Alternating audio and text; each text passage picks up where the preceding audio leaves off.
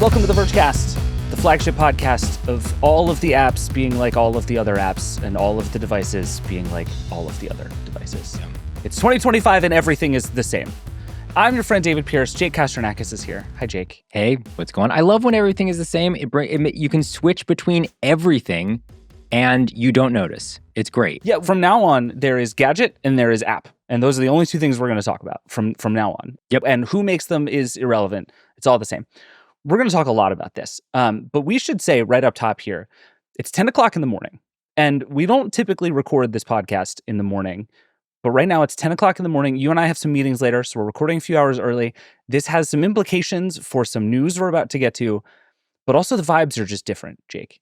How are you feeling at 10 o'clock in the morning making a podcast? What David is quietly trying to say is that I just told him I haven't had any caffeine, that I just have been going all night long, and I'm plowing into the podcast studio ready to roll. So I'm either going to fall asleep or be like a little deliriously on edge. Jake is the 10X coder of The Verge who just rolls 72 straight hours and like hacks Bank of America. That's Jake. That's the vibe I want everyone to assume Jake has on the Vergecast at all times. Vergecast AM, let's go. Really what's upsetting me is I'm drinking coffee during the Vergecast and it's just really throwing me off. But anyway, we have a lot of news to talk about. In a little while, we're going to talk about the TikTok deal, which I think, annoyingly, between right now as we're recording this and when you hear this, it seems like President Trump is going to issue and sign an executive order outlining the deal that we have been hearing pieces about for a long time for there to be some kind of change with TikTok. And I say that vaguely because this is still where we are. So Liz Lopata is going to come on and we're going to go through it because I think, even not knowing the executive order, I think we know what this is going to be and what it's going to mean already. So if we're dead wrong, we'll be dead wrong. But I don't think so. I think we know what this is going to be. So we'll talk about it and then obviously come to theverge.com for all of our coverage once the executive order comes out. We also have a lot of gadgets to talk about. We're going to do a lightning round, which is still called the lightning round, despite the, I would say, surprising enthusiasm of the Thunder Round fans. Bring it back. I believe two things. I believe that all of you are Jake's burners. And I believe that all of you love the Thunder Round. And I think that is good and beautiful. And someday I'll die and Jake can have the Thunder Round. Until then, Jake, we have a lot of gadget news to talk about. Oh, it's been a weirdly busy week for gadgets. It has. So the theme of the week, I would say, is like gadgets that have been rumored for decades, maybe inching closer to becoming true. And let me just run down the list, and then we're going to kind of hit this one by one. There were a bunch of new rumors and speculations and timeline guesses and supply chain sources about both a foldable iPhone, which the general consensus seems to be is going to be basically two iPhone Airs just stuck together, which is kind of what we thought having seen the iPhone Air. We continue to hear more about touchscreen Macs, which Apple has been saying pretty loudly for a very long time is not a thing they're interested in. Seems to be a thing they're interested in. Seems like it's real. Seems like it's coming. We have a bunch of new reporting, particularly from The Information, about what OpenAI is doing with Johnny Ive and the I.O. co-brand thing that they're up to. Interesting new hardware coming there. But where I want to start is with a rumor that you and I have been covering legitimately, I think, damn near our entire journalism careers. Oh, yeah. Yeah. Which is the combination of Android and Chrome OS. Google makes two very successful operating systems. One is Android, which runs on phones and TVs and like devices everywhere. One is Chrome OS, which runs on Chromebooks. The middle of those two things, the overlap of the Venn diagram, is the sort of thing that Google has been talking about for forever. And we've heard a bunch of different tries at it. I think we've even seen some evidence of real progress trying to combine Android and Chrome OS. But this week, the news was that Rick Osterloh, who runs all of this stuff, he runs devices, he runs Android, he is the person in charge of all of the requisite parts to make this happen, was at a Qualcomm event talking to, I believe, Cristiano Amon, the CEO of Qualcomm. And he said, and I'm quoting, "In the past, we've always had very different systems between what we're building on PCs and what we're building on smartphones. And we've embarked on a project to combine that.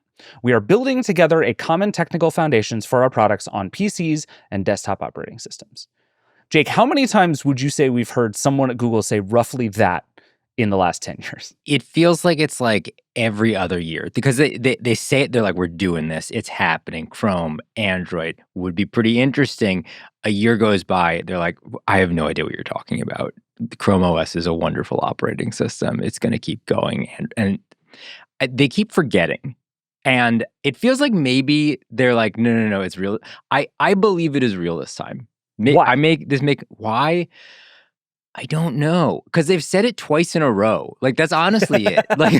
Like every other time, they just immediately forget. Like and it's usually in the past. I feel like it's been like whispers too, where it'll be like it feels like they have like intentionally leaked this, where they're like, oh, something interesting's coming, and we're like, it's real, it's happening, and then they're like, we have one operating system. I don't. Do we have two? Like. This feels like it's real. They got on stage. There's a CEO up there. It feels legitimate. Also, somebody said, where's this quote? Yes, I've seen it. It is incredible. Honestly, actually, that sounds like what you say about like some ancient relic. I don't know. It also, that's Indiana Jones coming home from a crusade. He's like, I've seen it. It's incredible. Yeah, it is. And but this is just Chrome OS that has the Android branding on it instead. Yeah. Okay. So this is what I want to talk about. So I think there are two paths forward for this combination, which I agree. I think is real, and key difference I think is plausible this time, right? And this is a lot of stuff we've talked about. ARM chips have gotten very good to the point that you can run a desktop class experience on top of ARM, which is a huge deal if you want to take Android and not completely rebuild it from scratch for desktop PCs. You want something that actually like works and is good. I think all of the actual technical underpinnings to do that exist, right? Like you can run an ARM-based laptop successfully. This is like, it's not an accident that they're doing this with Qualcomm, which is leading that in a big way in the like Windows and Android space. But we're getting to the point where the tech to make this work in theory kind of works, which was not the case for a long time. But there are sort of two paths here. One is basically we are going to use sort of the base level Android kernel as the infrastructure for all of the rest of this. So rather than having to build two full, complete tech stacks, we'll have Chrome OS, which runs on top of some very base infrastructure of Android, and we'll have Android, which runs on top of the very base infrastructure of Android. That is like really terrific corporate synergy that doesn't matter at all to anybody, right? Like, fine, build it however the hell you want. No, that won't change anybody's actual experience of using the product. The other future, and the one that Google has sort of poked at wanting to do for a very long time and has even tried some ways to do, is actually building a single user-facing operating system that is both Android and Chrome OS. So that whether you're using a laptop or a phone or a television, you are using the same operating system with the same apps that do the same things everywhere. Which is the dream. That is the dream. Right? Like, that's what you want. You want to just move from one device to the next and everything follows along.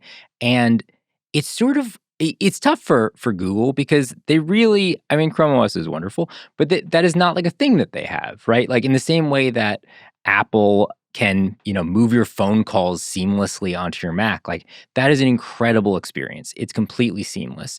And Google just doesn't have that. Are they going to get that with Chrome OS merged with Android? I don't know that they will, but that's like a possibility. And I think that's what they want to pitch here, right? Yeah, that's why you do it, right? Is to be able to do that kind of thing. And this is Samir Samat, who runs Android.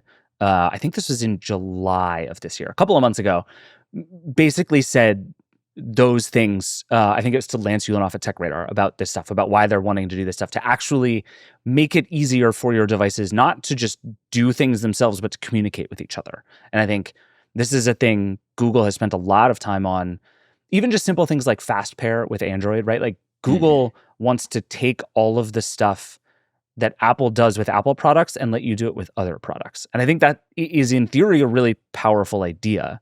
Like if you can make something that is that sort of, connected between devices and everything works everywhere and everything is optimized, but also transferable, like it's the right idea. That is the thing that we should do. And actually Google is better set up than almost anybody to do it just by virtue of the fact that it runs Android and everybody already supports Android. The thing is, we have seen what it looks like when Google tries to do something as simple as run Android apps on Chrome OS. And it it both doesn't work and is a bad idea. And I cannot emphasize the extent to which those are two different things, right? Like, not only are the apps slow and messy and not optimized for the big screen, it just kind of sucks. Like, running an Android app on a Chromebook is a bad user experience. It's nice that it exists, but it is a bad user experience. And this is where it's like, I think Google is maybe now for the first time reckoning with how hard a project it actually is to make something that works everywhere. And it is a full reboot of Chrome OS in particular, not just we have to make it so that we can run Android on larger screens. Like, that's fine, but that's a totally different thing. What's fascinating to me is that at this moment, this project both feels more possible than ever, right? I think that they can probably pretty easily get to a pretty decent product. And it also feels less important than ever, right? Dex, which is Samsung's desktop version of One OS or One UI, whatever, their version of Android is, that's been around for years, right? The idea of putting Android into a desktop environment is not new. There's already like traces of that in Android. Yep. So, okay, they're going to put Android on a laptop. Great. It has windowing. It has apps. It has a browser. I'm sure I can use it and it will be a completely reasonable experience. The same way that I can use iPadOS as a desktop and it is a completely reasonable experience. Turns out there's still a million tiny little things that get in the way of it being a really great, seamless experience. And the desktop also just feels like it is not the environment where people are looking for something like new and exciting and interesting and different at this moment. And right, I'm curious what the competitive purpose of this product is going to be, right? Chrome OS had a very specific purpose, right? Laptops are expensive. Chrome OS came in, they're very cheap. They're very affordable. They go into schools. They're people's first laptop. They're super easy. They're light. You're just going on the browser anyway. Just use it. What is the point of Android as a laptop? I don't know. I don't either. And I think this is the thing that I am increasingly hung up on. Because again, I start at this process and I'm like, okay, if you take all the things that I like about Android, right? The huge app ecosystem, the portability, the good battery optimization, like take all that stuff and give me full desktop class Chrome. I'm like, sick. That is pretty close to all of the things that I want. But then it's like, okay, well, what hardware do I want to run that on all day? Do you want a thing that looks like a touchscreen laptop? Should it be a detachable thing? Should it be like a tablet with a great keyboard attachment?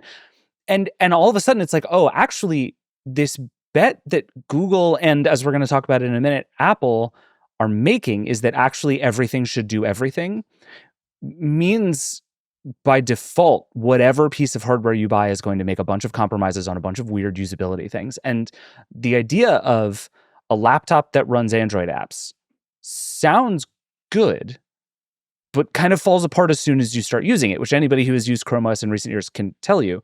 And then on the flip side, like if I had full, honest to God, desktop class Chrome on my phone, I don't think that would change anything about my experience using an Android phone. And so I'm just stuck in this place where it's like, yes, I want this thing. And I think the idea of saying we want to make it easier for you to do things like move files between devices and take a phone call on your computer and then move it to your phone. Like all of these sort of little usability things, I think make a lot of sense. But the idea that there is some huge new idea about how we use our devices at the end of this road, I used to believe that, and I'm kind of less and less convinced of it all the time. I think I agree with you. Right? Do I think they can do this? Do I think that it will be a completely reasonable experience? Absolutely. It's basically there. It's not, I don't think it is going to be a huge challenge for them to make this happen. But as far as I can see, I don't see a world where this ends up as anything other than, okay, now I have an option of getting a Dell Premium Plus with Android instead of Windows. And I think for the average shopper, why are you going to get it with Android? I do wonder if all of these companies are still hell-bent on the idea that if we can just do all of this right, tablets will become the thing. I really do think that. I think Apple continues to believe that if we can just turn these three knobs the right way, everybody will want an iPad as their main computer because it is so versatile, because it can do so many things, because it is kind of the it's 80% of a phone and 80% of a computer, and that is like a very powerful idea. They're like, if we can just solve these little things, we can just do the menu bar right, we'll put the stoplight in the thing, and we'll let you window. That's going to make you want to use it as your main computer. And it goes to what you said. It's that. And then it's a million little things about how I use these devices and live my life. And Android is even worse. I mean, nobody has ever made an Android tablet that has been compelling to anyone. About a month ago, my MacBook just like suddenly died. And so I was like, you know what, I'm going to do it. I'm going to use my iPad. And I was on the iOS 26 beta, so I had all the new windowing stuff, the beauty of liquid glass. I got a keyboard, I got a mouse, all good. And yeah, it's incredible how close the experience gets. Right? I have Windows. It has multiple displays. I'm using a mouse and keyboard. I'm tabbing between apps.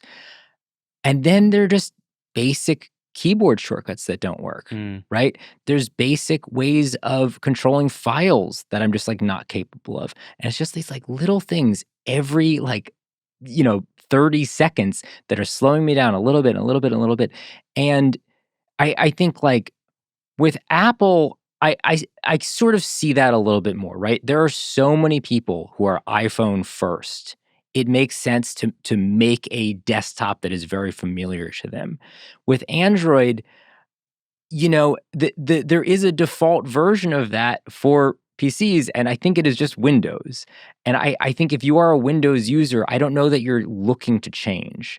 I don't know what you're going to get out of this. What's interesting is I think your point about how there are a lot of people who like their first experience is an iPhone, I think is globally vastly more true with Android, right? Like there are That's many true. more Yeah. people who only have one device who use Android than who use iOS. Like that's just true. But I think we're also at a point now where like I actually think Google might have had a much better shot at this the first time it tried to do it, whatever, 10 years ago. But I think you look at it now and it's like this whole sort of globe filled with people who came online in like the late aughts and early 2010s, that like huge rush of the smartphone market. Those people now have entrenched behaviors. We've been doing this a long time now. The idea that we can like retrain everyone how to do new things was way more true 10 years ago than it is now, right? Like the example people always give me and I really like is the QWERTY keyboard. Like the QWERTY keyboard is bad in every meaningful way. It is not the optimal keyboard layout, except we've all been using it for this long and it's not worth the hassle to switch. And so I think this kind of thing where it's like, okay, what if my laptop is also just a collection of apps and I don't have a files app, and where do I download things? Like that stuff is entrenched now. And even for the people for whom it was not when Google first started thinking about this, it is now. And so all the stuff like Google did right about Chrome OS, which is put everything in the browser and make everything that actually runs against all of the things that they're trying to do with Android. And so these things have just been so far apart now that I think even if you can successfully put them together, I don't know that that's actually the user behavior people are looking for. Well, and to your point, there absolutely is like a good reason to be able to plug your Android phone into a monitor and boom, now it's a desktop experience, right? If that's your only device, that's amazing. Sure. That's a huge upgrade. For the average person, what drives me crazy here is it's like, oh, okay, so Google wants to be able to do what Apple does, where you can seamlessly move between your phone and your laptop. But they don't control the operating system. So somehow they need a piece of software that is on every single computer in the world that allows you to move stuff from Android to your computer. Oh, wait, that's Google Chrome. Yeah. Everyone uses it. Just right. I don't understand why to this day, there is basically no, I mean, I can't think of any communication between my Pixel and Google Chrome. Right? If Google Chrome could send my notifications from Android, what an upgrade that would be, right? If Google Chrome could take my calls from my Android phone, why can't it do any of this? This is what is mind-boggling to me. I do think it's possible that you might have just pretty neatly described the ideal outcome of this combination. Because like if you take it is Android, but it is the exact Chrome that runs on your computer, which is essentially what Chrome OS is, right? Like it is a kind of janky file system built around the full featured and arguably the best version of the Chrome browser. And if you just do that on top of Android in such a way that it actually communicates between devices, that would be amazing. Like anybody who uses desktop Chrome on two computers can tell you even that sucks, right? Like if I have a tab on my computer and I want to look at it on my other computer, there's a strong chance that's not going to work the way that it's supposed to. But like, this is the thing. The idea, you're right about the idea. That is their operating system. Yes. Right? I don't understand. I don't understand why Chrome is so siloed in that way when there's so much power they could add to it. And they have just like done nothing there. And instead we've just for again, for a decade heard about how Android and Chrome OS might come together. And it is fully unclear to me what problem this solves other than perhaps simplifying some engineering structure inside Google. Sure. Yeah. If this is a way to lay off a bunch of now redundant engineers, then that sucks and I don't care, right? I think it remains to be seen, but Google is certainly, I think you're right, making enough noise about this that if they don't ship something, it's going to be the most embarrassing version of this yet. I think we are going to get a couple of like iffy Android laptops, and then we're going to forget about this. That is this might be a short-sighted prediction, but that is what this feels like to me. In the context of all of this is Google made a big effort in the Pixelbook line, made a couple of really great devices, and then stopped making them. Yeah. And this would be, I mean, just the 50,000th pivot for Google's hardware ambitions. So like, we'll see. Let's talk about Apple for a second. On the topic of convergence, touchscreen MacBook. Does this do anything for you? It seems real. I think we're gonna get it. I always thought people were ridiculous. They'd be like, "Oh my God, I've been using my iPad so much that I started swiping on my MacBook." And then I did it the other day, and I'm just like, "Oh shoot, they're all right, 100% right." It's just, I think when Apple started with this position that they're like, it doesn't make sense to have a touchscreen on a laptop. Like they're basically right. It is true. Yeah, the gorilla arm thing is real. Yeah, it is real. And I think back in the day, it's like, yeah, like that's not a standard mode of interaction. And nowadays, I think it's just so expected that it's actually weird that the MacBook doesn't have that. And I think like particularly as new users start to try these things out, like it's kind of just bewildering. Why wouldn't you? Yeah. My experience has been I use my computer really differently when I'm just using it versus when it's like a social thing, if that makes sense. That's so like, very true. If you and I are doing something together, being able to reach out and scroll the page or that we can both do it is actually like cool and valuable and important. And I've been thinking about this a lot because we spent the summer house hunting. And so like my life was just sending Zillow links back and forth to my wife. And really being able to sit there and like scroll around and tap on things and move stuff around together is really valuable. And it's like there's a piece of the iPad experience that is really nice, that it is like a device you can put on the table in front of two people and sort of use together in a way that a laptop is not that at all. Like you and I cannot use a laptop together in any kind of like functional way.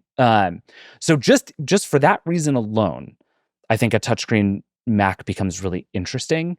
There is a way in which everybody overshoots this and it becomes hugely problematic, right? That like suddenly it's like, okay, what we actually want on the Mac is to run all of your iPad apps in a native feeling way on the screen. And that's where the whole like, do you really want to sit there and draw on a screen with the stylus on a floppy laptop? Like that's a bad idea. So it's like there are a lot of ways this could go sideways, but I think just the basic theory of it is exactly a Mac, but it has a touchscreen, I'm actually into way more so than like, let's figure out the exact middle of iPad and Mac for all the reasons we were just talking about. Completely agree. That's all I want. I just want to occasionally be able to scroll a web page with my finger. Like which is not revolutionary, but I also don't think this tech is that expensive or hard for them to implement at this point in time. It just, why not? They've also, I think if you look at what they've been doing on the iPad to make the iPad a little bit more Mac-like, but work with touch, it's like they've got the user interface figured out. They can bring this to the Mac. It's not going to be that hard at this point. Yeah, and there's like, by the time there's a menu bar and the Right. stoplight menu on an iPad, you've run out of excuses to be like, oh, the touch target's like, no, no one cares. It's going to be fine. Yeah. Last thing we should talk about here before we get away from future gadgets that may or may not exist. Some interesting reporting this week from the information about what OpenAI and Johnny Ive are up to, suggesting that basically you can look at this news a couple of ways. One is they have a bunch of really interesting ideas. They might be building a smart speaker to put ChatGPT into. They might be developing AI glasses. They're thinking about a voice recorder. They're thinking about a pin. That's one way of looking at it. Big, ambitious, interesting project. They're doing lots of hardware. The other way of looking at it is none of them have any idea what to do, so they're just trying everybody else's ideas. They're going to build all of the things and put ChatGPT into it and be like, is this anything? It's one of those. No, yeah, I would say does not inspire confidence, right? I think like when they came out and it's like, Johnny and Sam, they're like, we've got a vision. We understand what the future of AI hardware is, and all those other guys are fools. And if they keep up that vision, maybe I'll believe them. But this reporting suggesting that they're tinkering with a bunch of different things, no one has any idea, right? Yeah. That we are just going all the way back to the Alexa era, where Amazon was just like, Alexa in a clock, Alexa in a fridge, Alexa. Yes. And you're like, I guess. And it does make sense to put ChatGPT in some sort of hardware. Is it going to be more revolutionary than an Echo speaker? I'm not sure if there is something out there. And it sure seems like maybe they don't either. Yeah, I remember when the I.O. news first came out that Johnny Ive and OpenAI were working on some hardware together. There were a lot of sort of different pieces of information out there, and a lot of folks arrived at sort of the same basic idea of what these two were probably making together, which was like a little sort of, I don't know, portable sized speaker that that has a dock that you put it into when you're at your desk, and you can use it that way. It can be a home speaker that you talk to, or you can clip it to your body and wear it around your neck or something. So like the idea is that it is a little speaker microphone device that it then attaches to a bunch of different things and becomes a bunch of different other things. Interesting idea. Like you said, been done 1,000 times by 1,000 companies integrating Google Assistant and Alexa. Like Harman Kardon is out there making this stuff. Yes. You know what I mean? Like that. It's not. Smart speakers are an old idea, and they've been a very successful idea, but they're not. This is not some like hugely new novel swing at the hardware.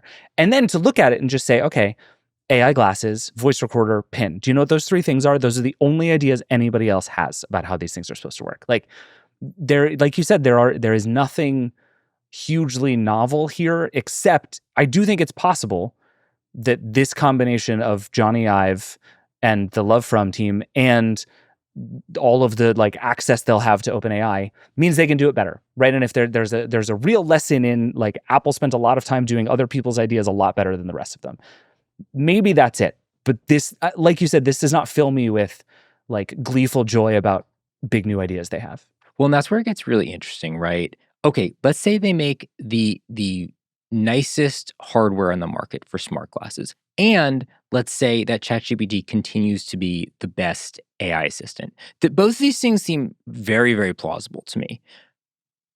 Does that still mean anything if they cannot get native access to your phone, right? Like, great question. Ultimately, that is still where all your data lives. And if they're going to make a brand new platform from scratch, even if you are the company behind ChatGPT, that is still a big uphill battle. And the AI era has very much been a moment of upstarts being able to break through by being able to do a bunch of things that these smartphones could do without relying on them. But as soon as you become a piece of hardware, you need to be able to do more for people. You need to be able to do things that obfuscate their phone. And it is not clear if they will be able to do that in a way that, Apple will, even if they don't have the best AI assistant. Yeah, they can connect to the internet. Like it's such a simple thing, right? Like they don't charge me extra to connect to the internet is going to be a big hurdle for anyone other than your phone maker to climb. I totally agree. And so we shouldn't dwell on this because we're going to have actually a lot to talk about in this space next week. Amazon's having an event, I believe, on Tuesday, where we think they're going to reveal like whatever the next generation of Alexa hardware is. This has been teased for a while. Panos Panay is up to stuff. We'll see what they're doing. The Google Gemini smart home stuff is all kicking off next week. So this idea of like non-phone devices doing AI things is spinning up in a pretty big way. And I think we're going to see a lot of new ideas about how all of this stuff works, or we're going to see that actually no one has any new ideas about how any of this stuff works. But that's coming next week. So we should, let's come back to all this OpenAI stuff in a week and see who is actually having the most interesting theories about any of this. We need to take a break because we have TikTok stuff to talk about, and we cannot let this Vergecast be 19 hours long.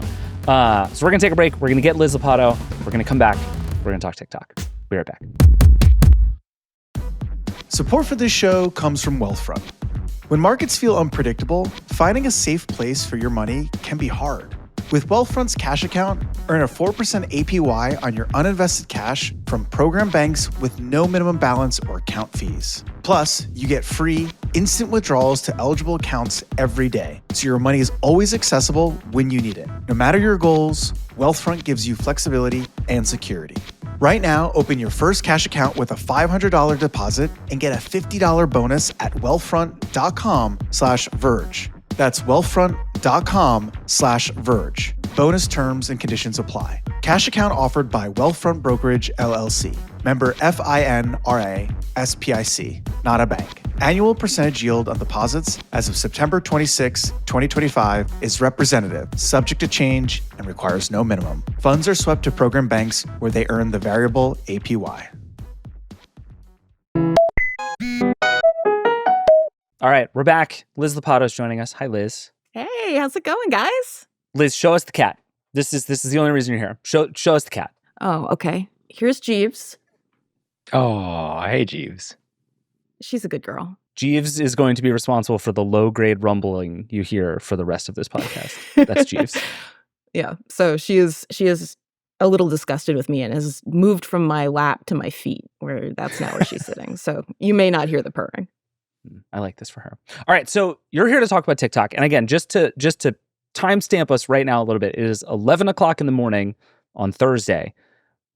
And this is not normally an important piece of information, but there is a decent chance that between now and when you hear this or watch this, there will have been a executive order from the Trump administration, from the White House, about a TikTok deal. But I think, and Liz, you should correct me if I'm wrong right up at the top, I think we know enough about what is about to happen that we can talk about it. It feels like we've gotten most of the information about whatever we're gonna know that we can talk about it. Do you agree with that? I also want to add something to the timestamp, which is that it is 8 o'clock in the morning, and I have had a bunch of caffeine on an empty stomach, so I feel beautiful and I'm going to live forever. Peak Liz, let's go. Let's go. So here's the thing. We have some details about the deal, right? Like, we know that there's a consortium. It's like Oracle, Andreessen Horowitz, Susquehanna International Group. I think maybe even like the Murdochs are involved somehow. And like ByteDance retains around 20% and gets diluted. We know, what else do we know? We know that like the algorithm gets moved or changed away from Chinese control, ? Because wasn't that the valuable thing? ?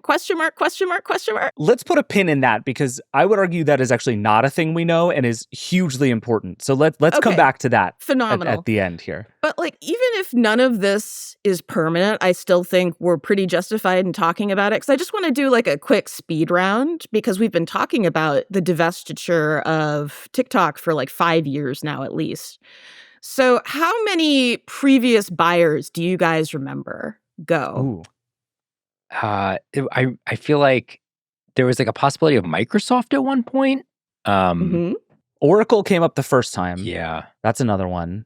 I know there was another one, but those are the only two that are immediately coming to mind. Perplexity pretended they were going to buy it, I think. Oh, yeah, Perplexity. Did Pinterest ever make a bid? My personal favorite was Walmart. Walmart. I believe there was that's good. So just with that background in mind. This is a very serious venture. We're going to discuss this deal. I hesitate to tell you how serious it is because, like, honestly, I don't know. Yeah. So, okay, can you give us the, 60-second version of the last 5 years? Because it's, as we get to something that might seem like the end of this story, I think it's useful to go back to the beginning of this story, which started in the first Trump administration. Can you just walk us through it a little bit? Okay, so we have this like panic about China that's like coming up in, during the first Trump administration. And this Chinese app has a hold on the nation's youngsters and it's terrifying. And who knows what they're doing with their data, which like PS for every like country outside of the US is what the US is doing with Facebook and Instagram and all of these other apps. But whatever. So there's legislation that it has to be sold or it's going to get banned. And then it's not sold. And we have these sort of like procession of investors that we had talked through, right? The maybe deals with Microsoft and Walmart and Oracle, and I'm probably missing a couple. And anyway, Donald Trump comes into office as we hit the deadline. And if I remember right, TikTok actually gets pulled from a bunch of app stores because it's like not legal to have TikTok in your app store anymore. And so then we enter this bizarre territory of like, Donald Trump's like, well, we're going to extend the deadline. And I promise nobody's going to prosecute anybody for this. So you can put it back in the app store. Because I guess in the intervening years, he's changed his mind about TikTok and he loves it now. I don't know. And so we've had this deadline that just keeps getting pushed back and pushed back. It's like 90-day deadlines where it keeps being like, another 90 days, another 90 days. Which, like, by the way, I don't know that that's legal either. Like, I don't know that that is how anything works in this country, but it seems to be how things work in this country now. Cool. So that's where we are, is this, like this deadline has come up, it's been pushed back another time, and we're getting these details of like, this time it's real, this time we have this consortium investors, and we're really going to get it done, we're going to get some stuff signed. And then most recently, we've heard about this Oracle deal with this consortium of investors. Right. So the biggest thing I want to talk about with you in particular is this consortium of investors, because I think in a certain way, if the Trump administration had just sold TikTok to Microsoft, which is like an insane sentence to say out loud, but if that had just happened, I think I would understand the dynamic, right? It's like whether this solves the problem that Congress is worried about or that everyone claims they're trying to solve, debatable, and we should talk about that. But it like one big company buys this other big company is like, I understand that. This feels different, and it feels like it's being done differently, and specifically this group of people that are going to be in charge of this app now, which, like you mentioned, includes Oracle, which is run by one of the richest people in the world, Larry Ellison, who is a very long-standing friend of Donald Trump. There's also Andreessen Horowitz, which is run by people like Mark Andreessen, who have been very loud supporters of Donald Trump. Silver Lake, like lots of these organizations that are very Trump-friendly. This all just feels like it is just Donald Trump giving TikTok to his friends. And I don't know how else to put it other than that, but I just like, how are you looking at the sort of power dynamics at play here? Welcome to the gangster tech era, baby. Like, that's what we're looking at, right? We've talked about this a little bit. All of these tech moguls who have been cozying up to Donald Trump because he's been very clear that if you're his friend, he'll do stuff for you. But if you're not his friend, he will hurt you. And so we've watched Jeff Bezos basically gut the Washington Post. We've seen Elon Musk donate an insane amount of money to his campaign and then like literally go into the White House and work from there for a while. We've seen Mark Zuckerberg do some of the most humiliating like dances I think I've ever seen to convince Donald Trump he's really MAGA. He's really serious about manhood, guys. And so, this is we're watching these guys jockey, and like they were all at the inauguration.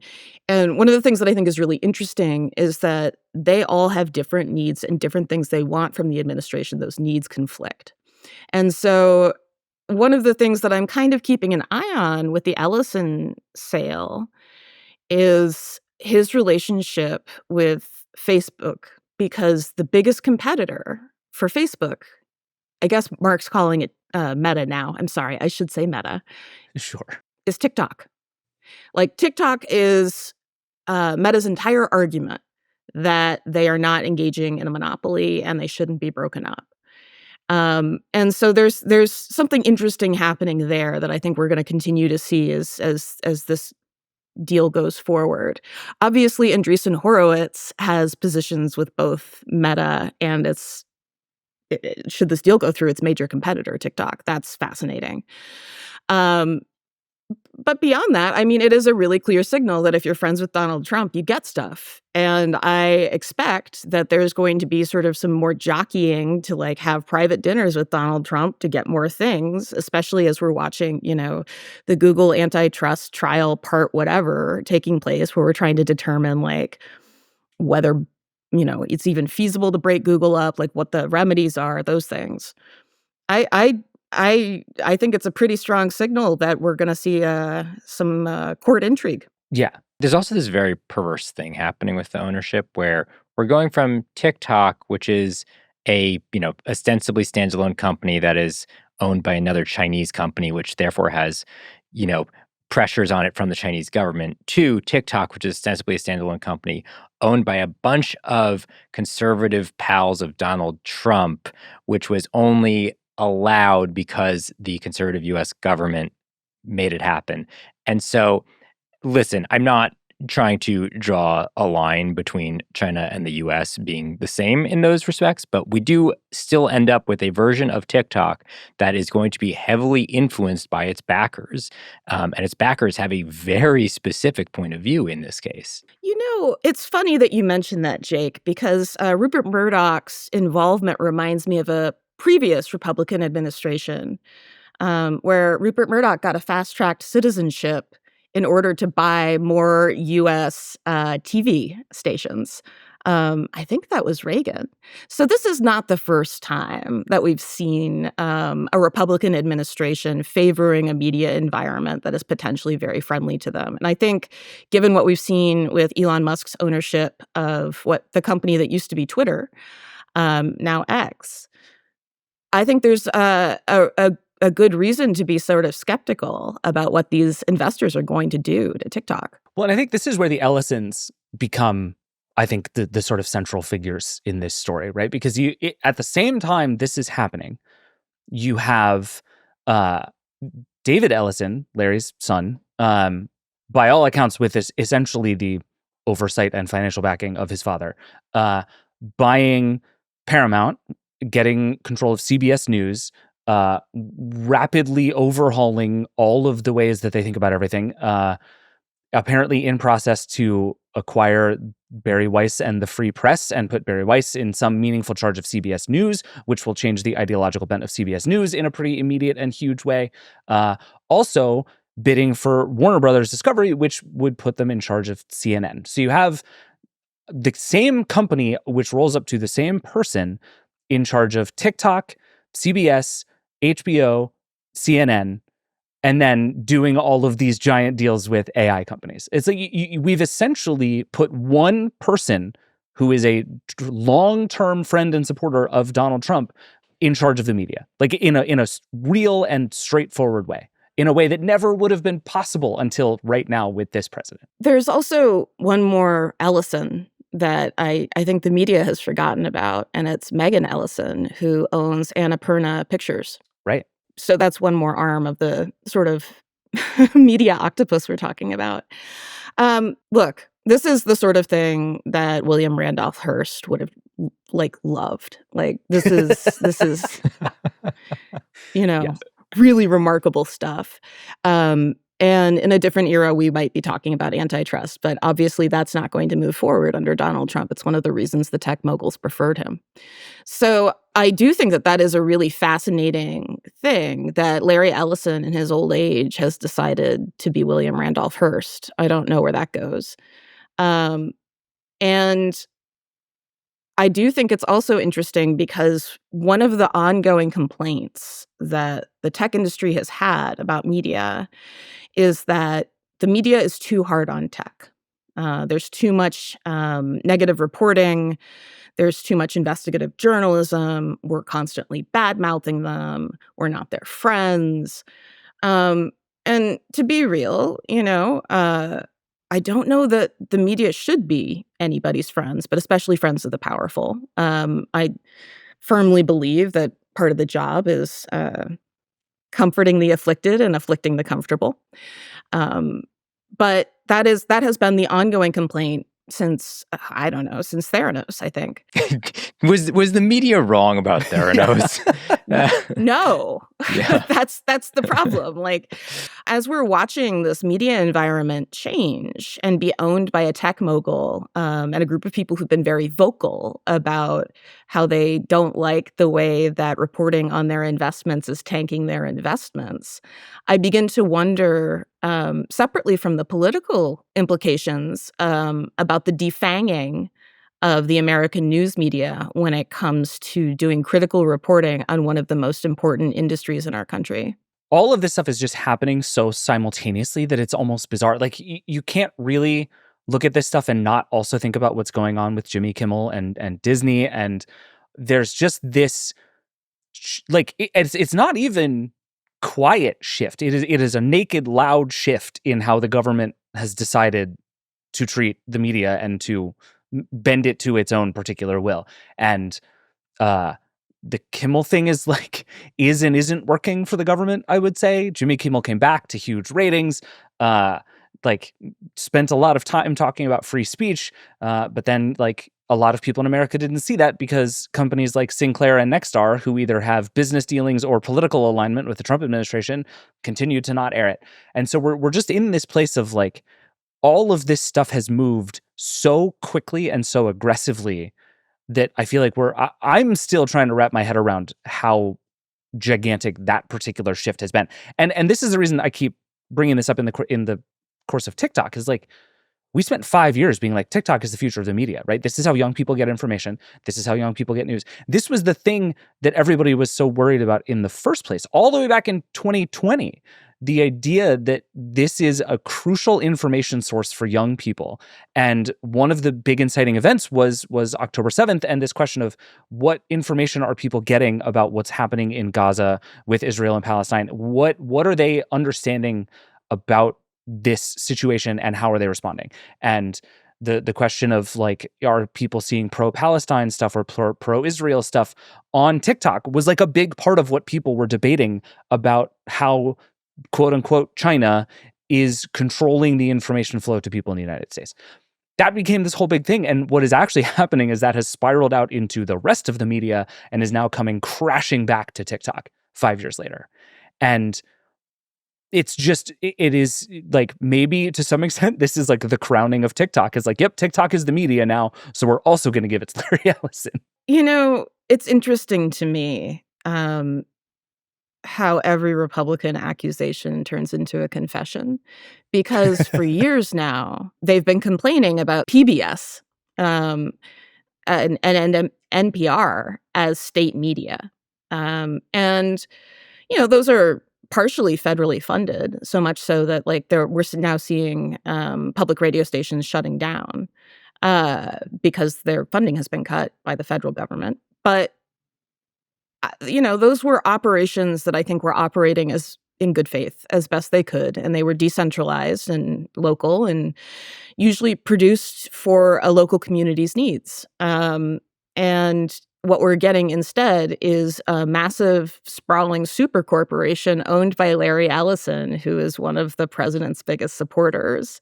So it's privatized state media, which, that's not really new. I mean, that's a big part of how Silvio Berlusconi kept control of Italy for so long, was that he was a media mogul. So maybe we're in our Berlusconi era. I don't know. But yeah, I definitely think this is partially the crowning of TikTok. And I also think it may be the end of TikTok because as I understand it, there is a possibility that people will have to switch to a new app. And we all know that as soon as you introduce that kind of friction, people then make a decision and they may not download it. Okay, I'm so glad you brought this up because Jake, I think you mentioned this the last time we were talking about the sort of will they, won't they of TikTok. And you made a Ship of Theseus reference, which is basically if you take every part of TikTok and change it, but you still call it TikTok. Is it still TikTok? And this is where I think also the question of what happens to the algorithm becomes really important, right? Because the algorithm at the center of TikTok has been one of, if not the biggest question. It was a big part of the reason it got banned, right? The sort of two arguments against TikTok are it is an app collecting a lot of data on US users, which I find completely non-credible because like if you want to collect a lot of data on US internet users, there are actually infinite ways to do it that are easier than creating a really successful social media platform. I don't buy that at all. The idea of TikTok as really important, really powerful disseminator of information with a really, really well-tuned and magical feeling algorithm that a lot of people have responded to, super real, and has also become a big part of the underlying debate about what's going to happen here. So this, I would say at this point, 11:21 a.m. on Thursday morning, the thing we don't know is the fate of the algorithm. And there's been a bunch of reporting kind of on both sides. One says the TikTok US, whatever this new thing will be called, will license the algorithm from ByteDance and from China. What that means, who knows? There's also a world in which they basically get a copy of the algorithm as it currently exists and then sort of fork it and go from there. And then there's a version of it that is essentially like they have to rebuild this whole thing from scratch. It just gets to be called TikTok and they get to keep the 170 million United States users. In any of those cases, it seems very clear to me that the TikTok people in the United States experience will be completely meaningfully different from day one than the TikTok they have been experiencing so far. Jake, am I like overstating this? Whether it might be a new app, which I think would be a huge gating factor for a lot of people, but like TikTok controlled by Oracle is inevitably going to be different than TikTok controlled by ByteDance. And the extent to which it'll be different, I think, remains to be somewhat seen depending on what the algorithmic control actually looks like. But it is going to change in a big way immediately. Yes. Well, I think it is, number one, optimistic to assume that a Trump press conference is going to be clarifying on this. That's fair. However, like 100%, right? This is going to meaningfully change TikTok. TikTok is not going to be the same. And any one of these changes would be a big deal. Will the US users have access to TikToks from foreign users at all? Because that's a huge chunk of content and a huge chunk of variety that you won't gain access to. I don't know. Maybe it's just some dudes over in Turkey who are splicing clips of like The Equalizer together, right? Like, I don't know. Is that what you watch on TikTok, Jake? Be honest. I mean, I'm not finished yet. But right, but it'll find me in the algorithm, right? But like the TikTok algorithm is everything, and if it's going to have less content, and their algorithm is going to be changing, and like not for nothing, if the algorithm is I don't know, like getting some nudges from these new investors, things might be changing, right? And there are a million alternatives to TikTok at this point.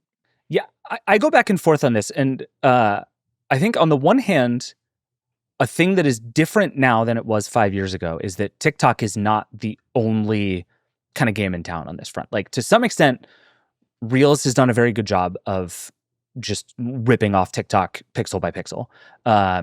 YouTube is attempting to do the same thing to, I would say, varying levels of success. But the idea of TikTok, I think, is less sort of uniquely powerful as it once was.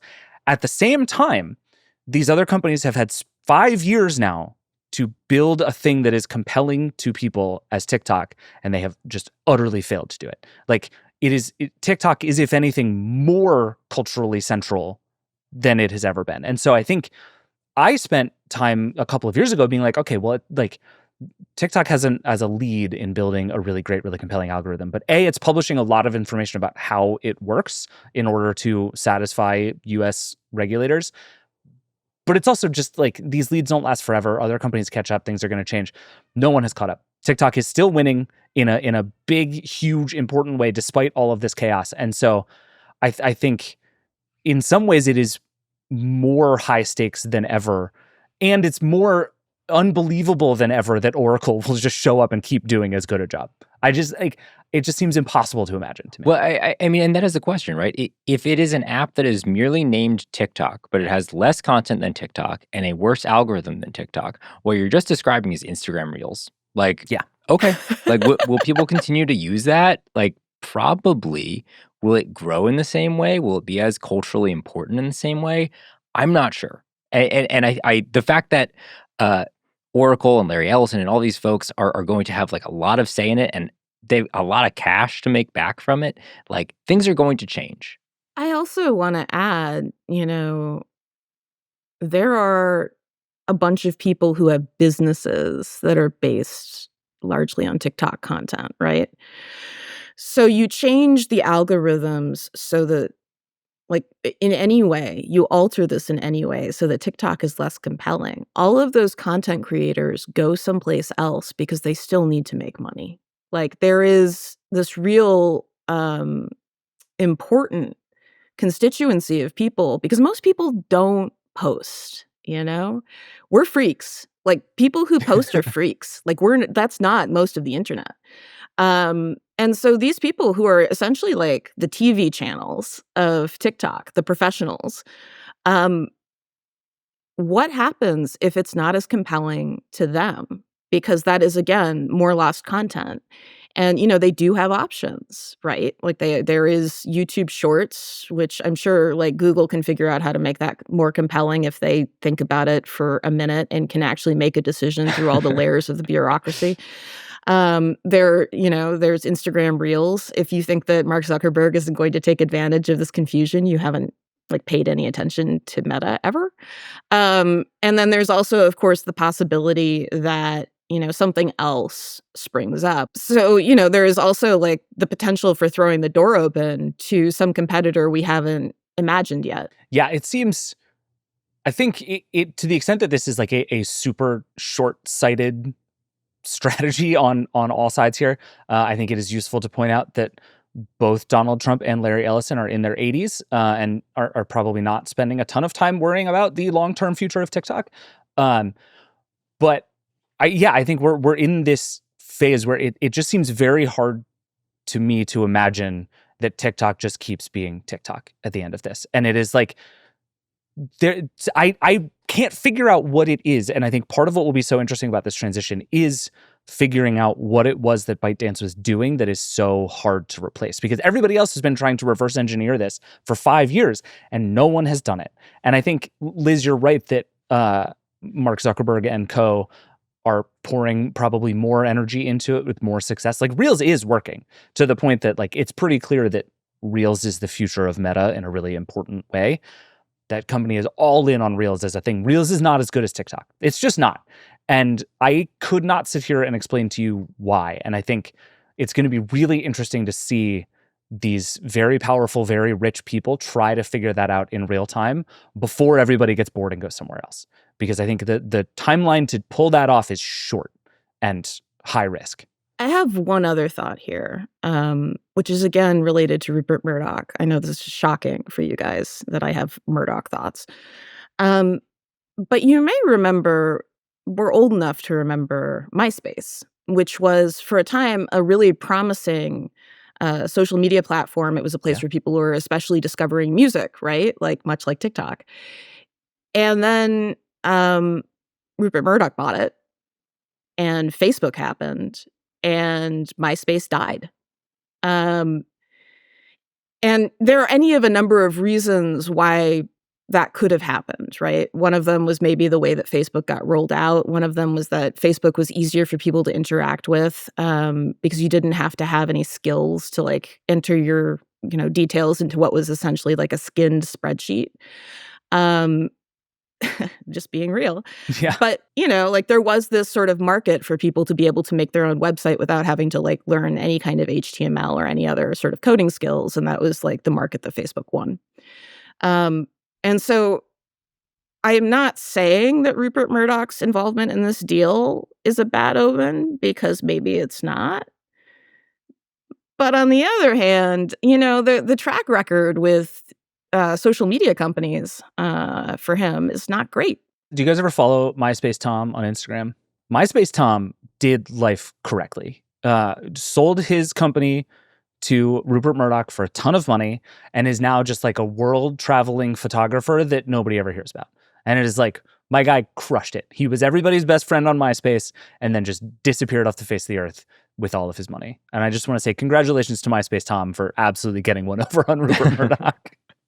He could have been sitting in front of Congress right now answering questions. Seriously, this is yeah. I would rather be an Instagram photographer, frankly. All right, I think we can leave this alone. Liz, you're gonna have to come back when we have more answers, which will be never. Actually, let's just quickly do this before we take a break.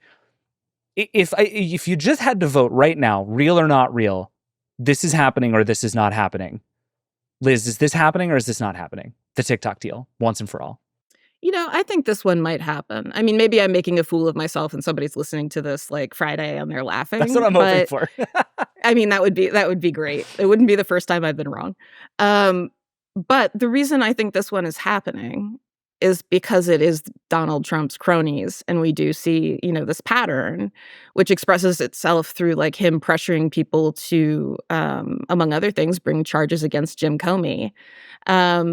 Of basically, the imperial presidency and, this sort of mafioso idea that like, if you're with me enough, you get some of the spoils of American empire. So that to me suggests that this deal is real. If it weren't Larry Ellison, I'd be a little more skeptical, but I think that Donald Trump probably owes Larry Ellison pretty big at this point.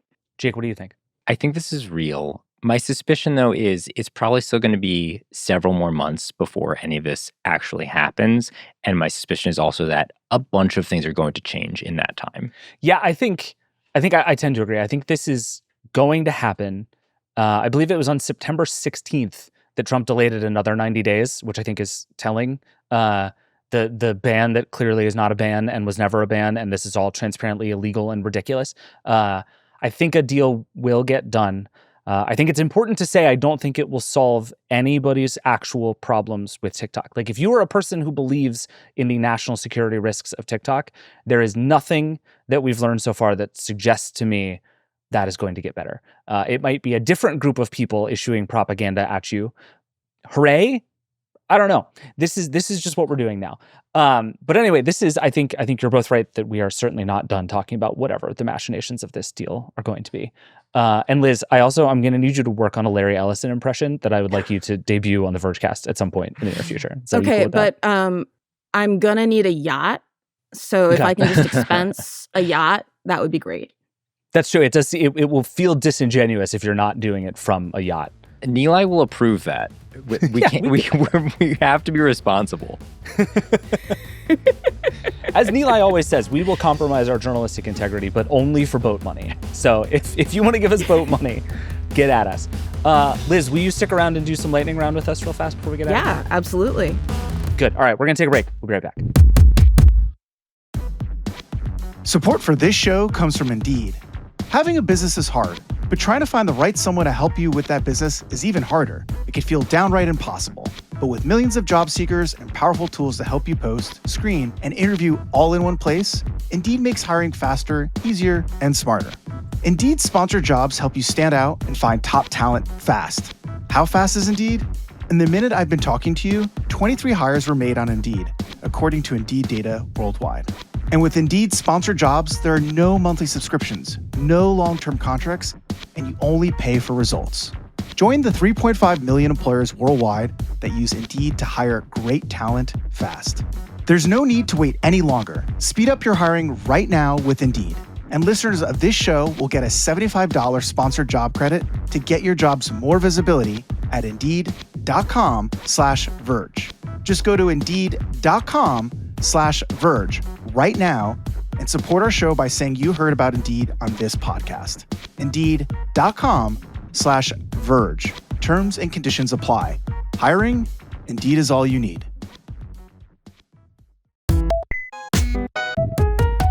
All right, we're back. It's time for the lightning round. Unsponsored ellipses for flavor.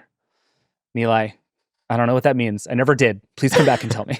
All right. We have each picked stories. I'm going to go first because we frankly should have led the show with this, which is that I have a party speaker update. It's a very important party speaker update, and it's a new party speaker from Anker, the company that you know of as the one who makes all the cool giant batteries that everybody carries around. Anker has made a series of projectors that are very cool. This one is a projector inside of a party speaker, and it is the greatest thing I've ever seen. I want you both to just imagine a rolly suitcase that you would roll through an airport.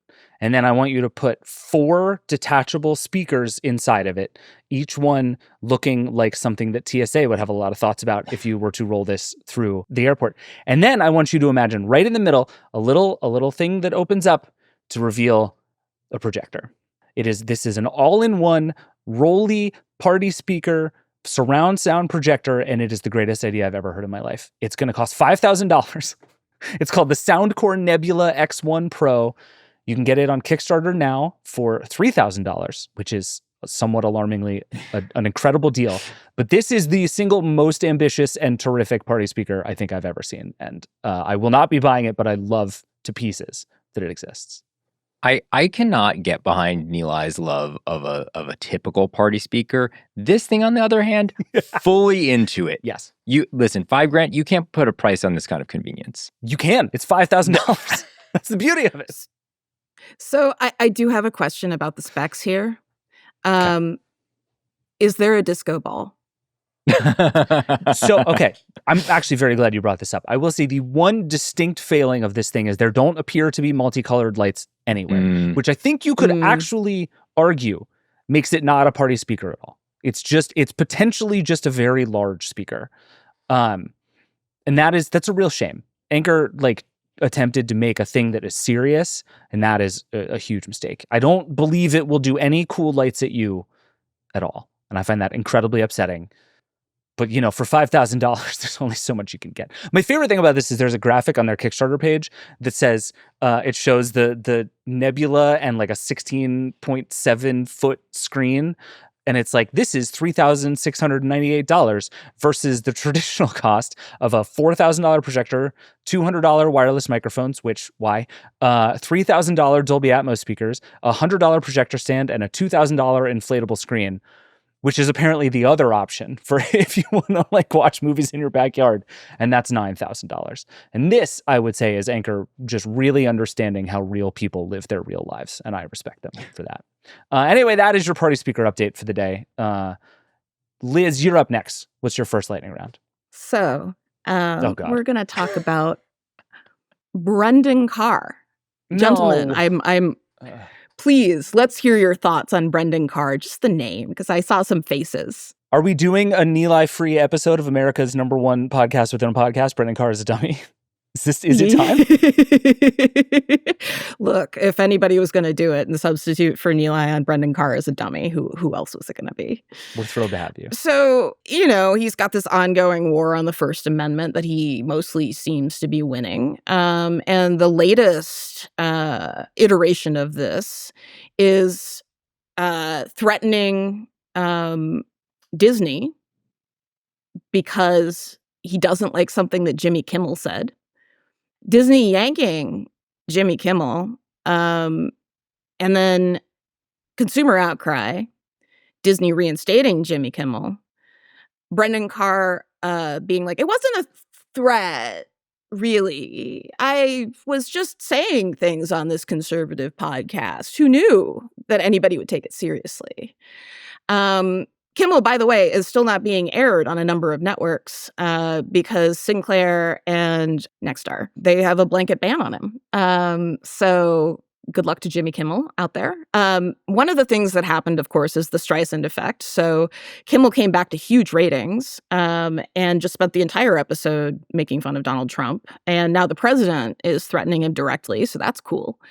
So that's our Brendan Carr is a big dummy update, is that he has just platformed Jimmy Kimmel in a huge way. Congratulations, Brendan.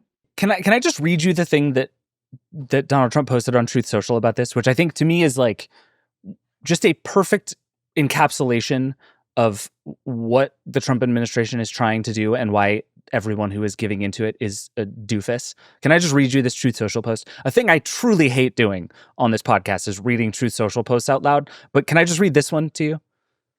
Not only do I want you to read it, I want you to read it in your best Donald Trump impression. That I will not be doing that. I will get fired for different reasons if I'm doing that. But here, let me just read this to you. It says, I can't believe ABC fake news gave Jimmy Kimmel his job back. The White House was told by ABC that his show was canceled. Something happened between then and now because his audience is gone and his talent was never there. Why would they want someone back who does so poorly, who's not funny, and who puts the network in jeopardy by playing 99% positive Democrat garbage?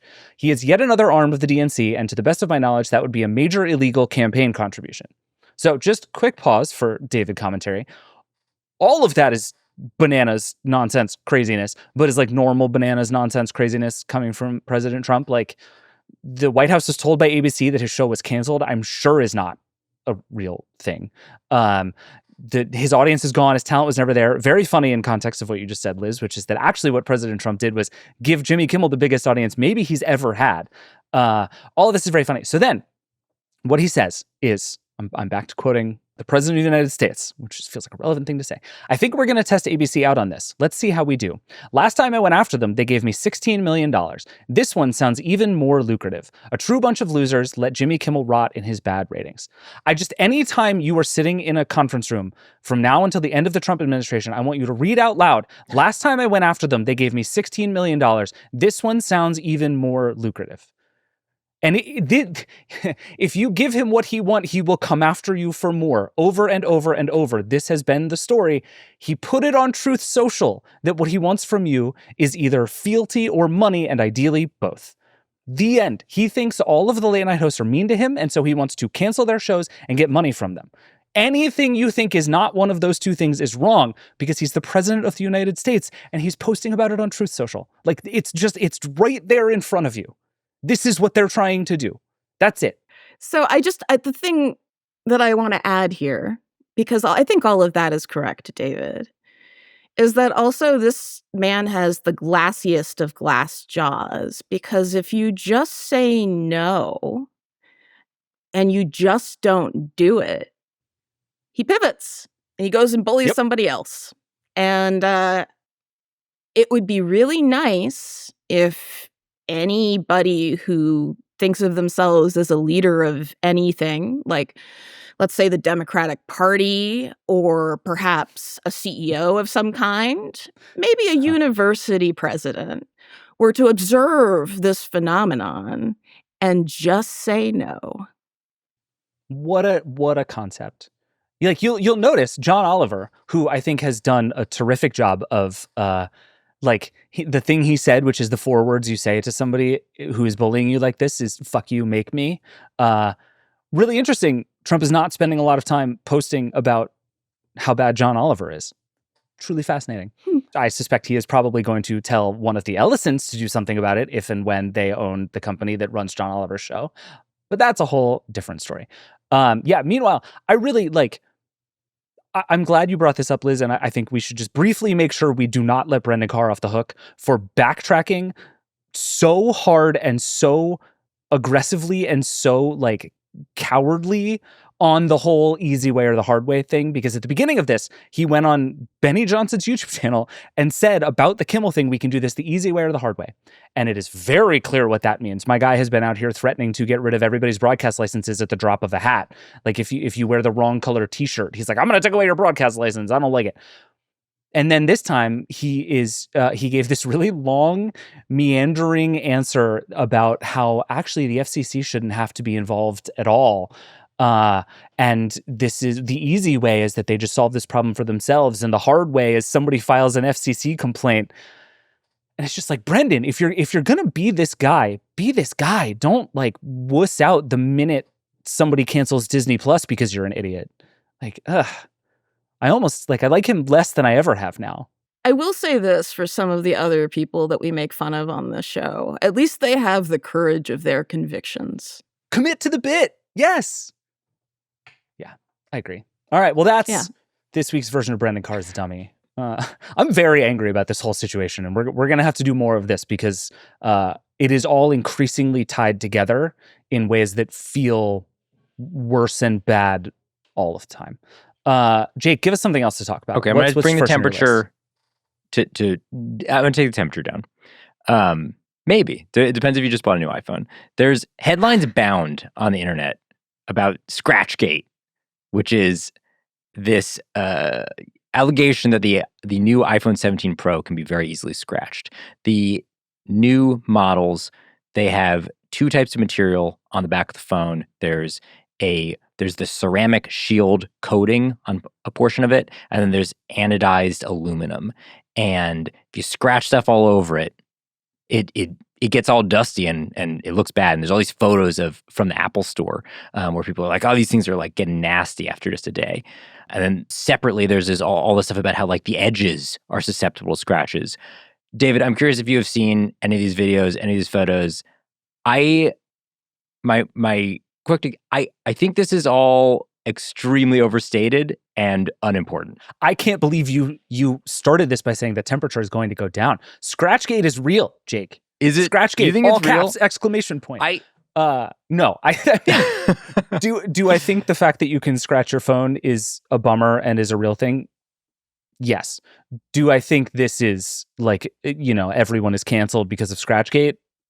Probably not. Like, the thing I think is sort of fascinating is the tech woven cases, Apple's like new material seem to be fabulous.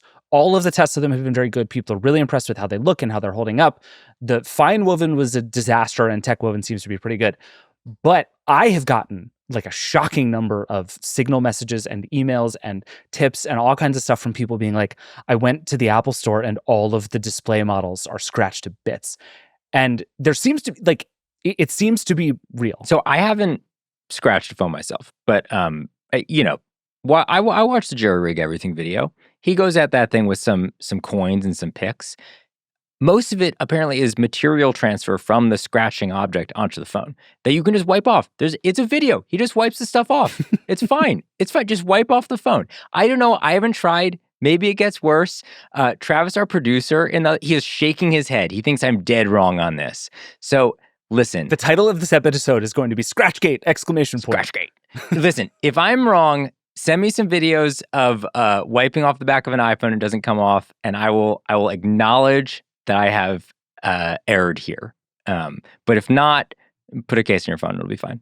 Liz, are you a case person? Yeah, I am. But I just wanted to say there is a real scandal here that I feel no one is covering in the media. So I'm going to take my position, because I feel morally obligated to speak for the iPhone mini people as someone who recently replaced the battery on her iPhone mini because the phones are too big. I just want, there are a lot of us out here who have small hands and the phones are too large, and it would be so nice if the mini came back like every 5 years or so every time I need to buy a phone. That's all. Agreed. 100%. I think all of the people who love the iPhone Air would have loved it more if it was smaller. And I think it would suddenly be everybody's favorite phone. I think the thing about this that is actually a bummer to me is I think we just continue down the road of needing to baby our phones. And I think everyone needs to spend more time building phones that we don't need to worry about. And just the idea that my phone might get gross because I throw it in my bag or have it in my pocket is a bummer. And these things are just too mature and too important to be that kind of thing. And we're making real progress on like my screen doesn't shatter if I look at it wrong. Like that's great. And I think that's awesome. But every single time this happens, it's like 2 steps forward and 1 step back. We've invented a new way to screw up your phone. And I just think that's a bummer. David, the phone gets gross because your hands are filthy. Yeah, I mean, we are the gross ones. It's really right. what it is. The call is coming from inside the house, man. Yeah, no, that's fair. I can't really disagree with that. If you want to rant and rave to Jake about Scratchgate, please call the hotline, 866-VERGE11. Nothing would make me happier than playing a bunch of angry Scratchgate voicemails at Jake on next week's episode. So please call with all of your feelings about Scratchgate. My next one, Liz, I picked this specifically because I want to talk to you about it for a minute. I have been sort of against my own best interests, fascinated by these like digital writing tools for forever. I have garbage handwriting. I don't write ever. And yet every time LiveScribe is like, we've built a smart notebook, like I will spend $75 on it. This time it's Mont Blanc which came out with what I can only describe as like a pretty simple digital e-ink screen thing and a digital pen. The difference is it is modeled on a Mont Blanc pen, and importantly, it costs $905. It's called the Mont Blanc Digital Paper. It's a writing tablet. And what I want to know is, Liz, you are the Verge's preeminent pen and paper scholar. What do you make of these things? Is this a good idea? Are you going to buy a Mont Blanc e-ink tablet? No. First of all, because I have a bunch of bottles of like real ink, like actually real ink to use up. Wow. But I will say, as somebody who spends too much time thinking about fountain pens, Mont Blanc is pretty well known in the fountain pen community for being incredibly overpriced. And if Interesting. you're interested in quality pens, there are a lot better options out there. It's sort of more of a status symbol than like a real leader in making good pens. And in particular, you know, the sort of consensus seems to be that like the peak for Mont Blanc was like, I don't know, the 1960s or the 1970s. So if you are thinking about a Mont Blanc pen, like you should go on eBay and get a used one. And a lot of them have been refurbished. And because these are fountain pens and not like modern technology, they're durable and they don't crumble after 5 years. And they're meant to last forever. And if you take care of them, they will. So that's sort of the pen and ink take on Mont Blanc. That is good to know. I think when we published this, I would say the overwhelming reaction was A, this is ridiculously expensive, and B, I'm not sure I trust Mont Blanc to be a good steward of a digital writing system for a very long time. And I would say I agree with both of those things. And yet I look at this thing and I'm like, maybe that would make my handwriting better. Like maybe I'll take handwritten notes forever and everything will be lovely. David, can I penable you? Can I send you a fountain pen? I was thinking about this. You picked up that thing of ink. And I had this moment of being like, literally, if you handed that to me, I would have absolutely no idea what to do. I'd be like, okay, I'm never going to touch this again. I'm going to put it down on my desk and try not to spill it. But yes, please, nothing would make me happier than becoming like everything about my personality suggests that I should be a real weirdo about pens. So I'm in. Let's make this happen sometime. Let's do it. All right. Speaking of, back to you, Liz. What's your second lightning round? It's time to talk about AI. So Nvidia has invested in OpenAI. And it's here's the thing. I have this obsession with how the money is going here because there's just something that feels weird to me about Nvidia investing in so many companies that buy Nvidia chips. Like people are handing the same $5 back and forth. And it wasn't just, OpenAI, it's CoreWeave too. And there's like this whole ecosystem that Nvidia is investing in that then turns around and buys a bunch of Nvidia products. And then OpenAI, of course, has its investments in a number of companies that are dependent on the OpenAI platform. And there's just this, it's like a rat's nest of money and investments. And I feel that this is maybe the best way to like look at it and think about it. This partnership, which feels kind of vague. Like the partnership, which was announced Monday, says that OpenAI is going to build and deploy at least 10 gigawatts of AI data centers with NVIDIA systems. And NVIDIA intends to invest $100 billion in OpenAI as each gigawatt is deployed. So, I want to be clear about how open this is about being completely circular.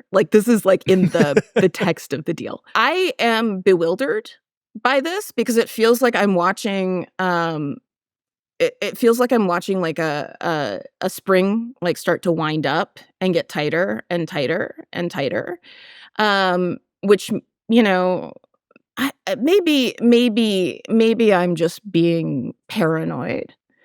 But given how much of the current economy is dependent on AI and AI investment, which is substantial, by the way, I'm wondering that like, this seems like a pretty fragile ecosystem if everybody is constantly, winding money up with each other. What happens if one part of that system fails? So just putting that out there, that this is yet another sort of winding of the crank of what appears to me to be a feedback machine. Let's see how it goes. There was a great Wall Street Journal story this week, and the headline was "Nvidia has a problem: too much money." And that is like, if that is not an indication of like the strangeness of this moment that we're in, I don't know what is. Because I think you're right that not only is the bet on AI the thing that is propping everything else up, but it is like specifically Nvidia. I saw somebody characterize the Nvidia OpenAI investment as Nvidia giving OpenAI a $100 billion Nvidia gift card, which I like very much and feels about right. And it is just like, it is wild how much of this whole race is tied up in this one company. And that's not to suggest that like it is on its own. Like, I've called in OpenAI a house of cards that's about to collapse, and I still kind of believe that. Nvidia doesn't seem to be that. Nvidia seems to just be doing great and have just made a lot of correct calls all in a row. But it is still weird that everything is so tied up in this one company, which is now just like pouring all of the money that it has back into the rest of the industry because it doesn't know what else to do with all of this money. It's just wild. So I want to recap some very recent history, which is not tech history and which you may be unfamiliar with. But one of the driving forces of the 2008 financial crisis was the shadow banking system. There were all these money market funds which worked kind of like a savings account, but not really, that had more money than they knew what to do with in terms of investments. And that was what drove the demand for mortgages. That was like the initial thing winding the crank. And so seeing that Nvidia has more money than it knows what to do with and watching it make some of these investments, I mean, maybe I just have like great financial crisis PTSD since that happened, very early in my career and very early in my adulthood. But I don't like the parallel. Yeah, listen, we're not saying it's the same thing. It's just that it has all the same characteristics. You know what I mean? Anyway, TBD. Yeah. Let's see how this goes. No, I think all of the money is like, I'm increasingly like, I really like your characterization of it as everybody's just passing the same $5 around. And I think if you look at it like that, it makes a lot of what's happening in AI seem sort of absurd. And I think that is probably the correct way to be looking at all of this right now. The stakes are super high and it is all nonsense all at the same time somehow. I can't speak to like the tech end of AI because I am a technology normal. I'm like the only technology normal we employ besides our features editor, I think. Listen, you already showed us the thing of fountain pen ink on your desk. Like, we get it. We understand. But I gotta say, I don't understand the financial end of AI or how it ever makes money. Because the thing about software is that you make a thing once and then you copy it infinity times and you make infinity profit. And we know from streaming that as, if you have something that requires servers, as more people use it, like you have to invest more stuff. And the only explanation I've heard for how AI makes money is like it like mysteriously gets much cheaper and better very fast, like, which to me is like the underpants gnomes explanation of how AI makes money. Like it just mysteriously happens. Because what I kind of see happening is like, if this is a big if, by the way, given AI's current capabilities, but if AI does become an important part of the business world or people's personal lives, and we have to scale all of these data centers up, that's just so expensive that I don't understand how this works financially.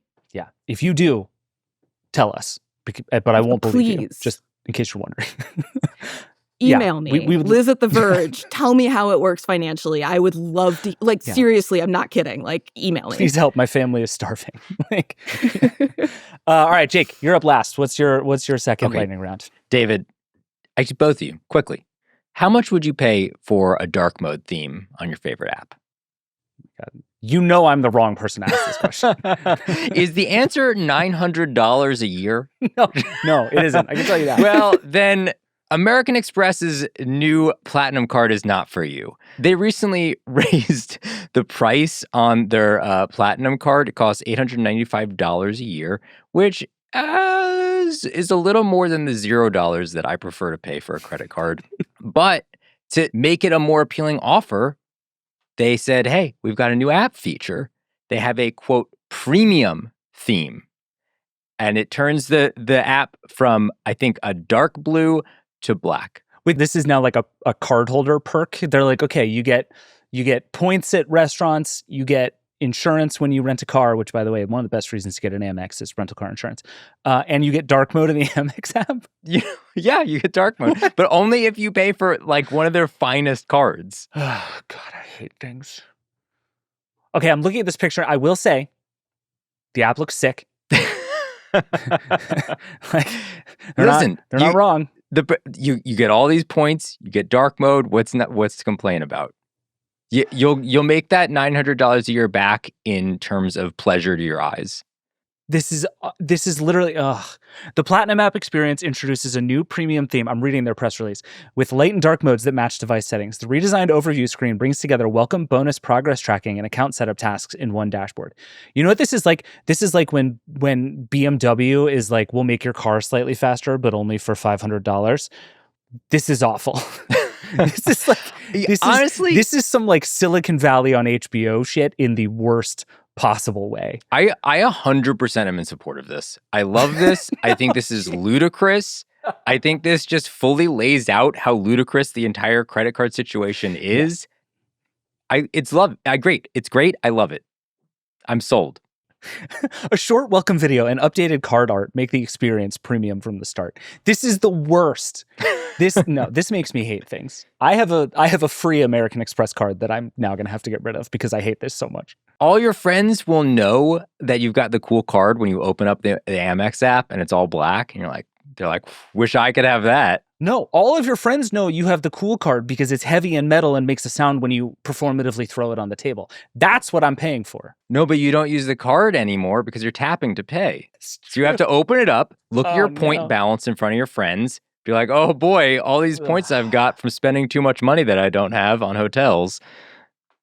And they'll be like, I hate so much that you're exactly correct. That somewhere there was a meeting where they were like, how are our members going to communicate their status in a digital world? And somebody was like, make the app black. And they were like, you're a genius. You're promoted. $900 a year. This sucks. I don't like it at all. So, you know how spam emails are frequently misspelled so as to make sure that it finds the most credulous target? This is that, but for credit cards. Like, the person for whom $900 is nothing to spend on a display is the person they want to have that card. Like, the person for whom $900 is peanuts is exactly the person they want to have that card. So I do think that there's some status signaling going on. I'm sure there's like a bunch of iBankers who are like going to be getting this on the first day so that they can whip it out when they go to whatever the hot spots are now in New York. I haven't lived there in quite some time, so I was going to say Cipriani, but I don't even know if that's still open. But like, this is not just status signaling. It's selection. It's customer selection. It is. All of that is true. And I will say this suggests that American Express only made one mistake in this whole thing, which is that the background should not be black. It should be gold. And your phone should be so shiny when you go to pay with your sick premium card. Because who's going to notice dark mode? Dark mode just looks like dark mode. But if my phone glows gold, like when Trump Mobile does this, it's going to be gold and it's going to blow your mind. You're going to love it. Also, somebody sent me an email saying that the Trump Mobile website now lists a bunch of refurbished Samsung and iPhones as made in the USA, which Trump Mobile has just gone full nonsense. And that website and product are maintained by no one, and it's all made up. I believe the phone is supposed to ship this month, so I'm looking forward to receiving ours. If you got one, I want to hear from you. I want to meet you in person, and we have a lot to talk about. All right, but all that is for another show. For now, it is time for us to go. We've gone way over, as we are wont to do. Brendan Carr is a dummy appears to be back in just full force. I hate it, but this is what we do here now. We have a lot coming up next week, so stick around. We're going to talk about smart home stuff. Like I said, Amazon has the big Echo event coming up next week. Google's doing some stuff. Presumably, there will be more TikTok stuff to talk about. So Jake, Liz, we'll be back. We're going to do more of this. For now, that is it for the Vergecast. If you have questions or thoughts about all of this, if you want to buy TikTok, let us know. Vergecast@theverge.com is the email. 866-VERGE11 is the hotline.